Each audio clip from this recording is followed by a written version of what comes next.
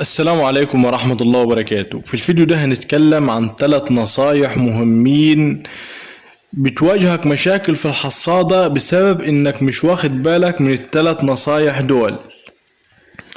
قبل ما نبدأ الفيديو يا ريت حضرتك تصلي على النبي وتكمل معايا الفيديو ده للآخر. طبعا اول نصيحة من ال3 نصايح، كلنا عارفين ان الحصادة دي بيتخلط ليها الزيت على البنزين.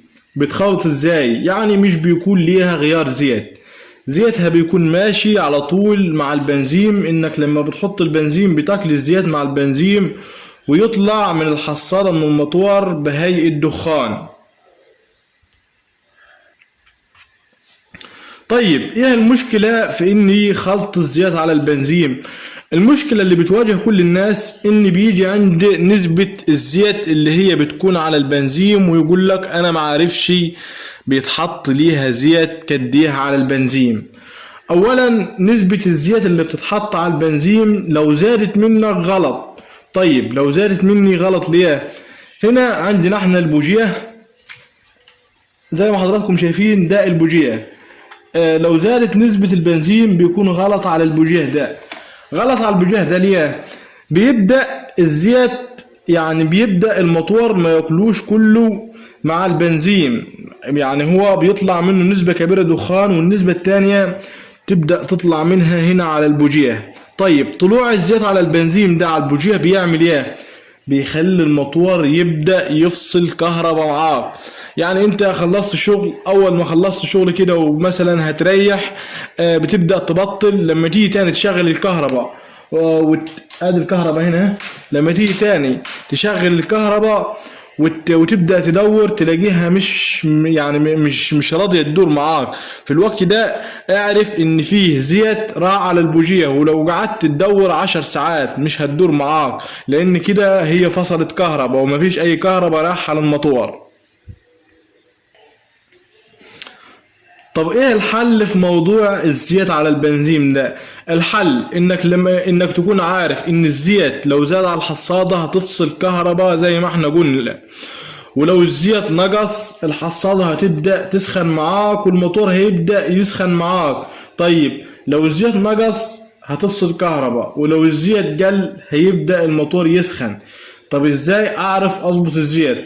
اولا الزيت انت هتجيب 20 لتر بنزين لكيلو زيت. ال20 لتر بيكون ليهم كيلو زيت. هو ده النظام او هو ده النسبة المظبوطة للزيت. كيلو زيت مقابل 20 لتر بنزين. وكل ما تبدأ تحط لها بنزين، طبعا هي مش هتشيل ال20 لتر في التانك بتاعها، التانك بتاعها بيشيل لتر بنزين. وكل ما تيجي تحط لها بنزين تبدأ انك تقلب بالجركن البنزين عشان يتخلط في بعضيه، ما يكونش الزيت كله نازل لتحت في الجركن. ده بالنسبة لموضوع الزيت والبنزين.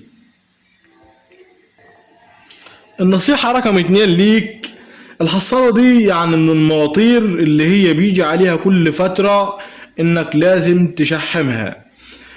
تشحيم ازاي؟ موضوع التشحيم ده فيه ناس كتير مش واخدة باله منه، لانه حاجة غلط انك ما تشحمش، ممكن يحصل فيها اي كسر.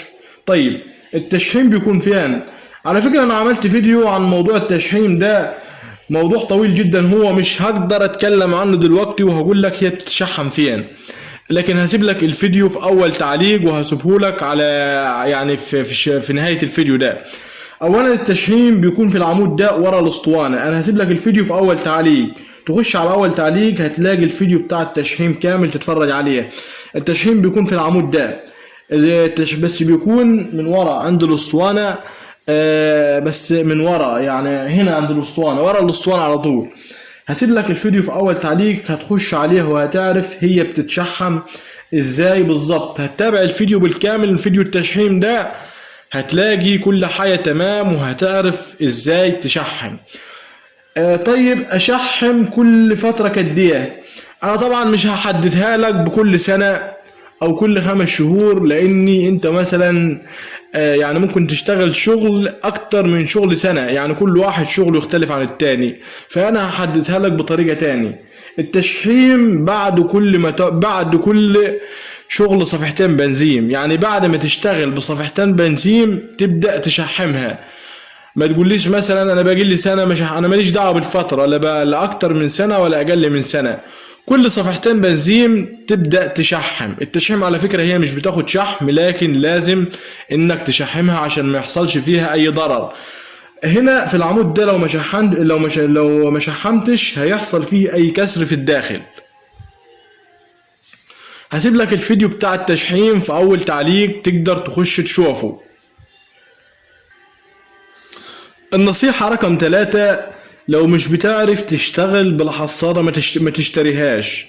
ازاي يعني لو مش بتعرف تشتغل بيها ما تشتريهاش؟